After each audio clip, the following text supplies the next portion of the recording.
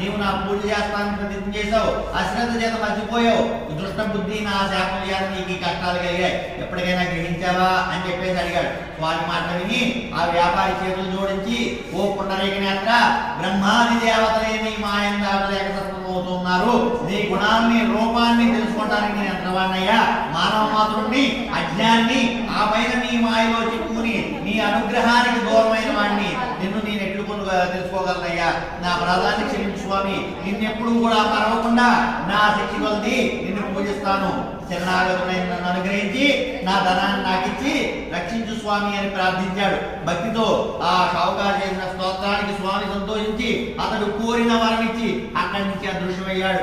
ఆ షావుకారు నా దగ్గరికి వచ్చి అది మళ్ళీ ధనంతో వస్తువులతో నిండి ఉండి చూసి సత్యదేవం దయవల్ల నా కోరిక తీరిందని చెప్పేసి సంతోషపడి పరివారంతో కలిసి స్వామిని పూజించి తన నగరానికి మళ్ళీ ప్రయాణం అయ్యాడు. ఆ వక్త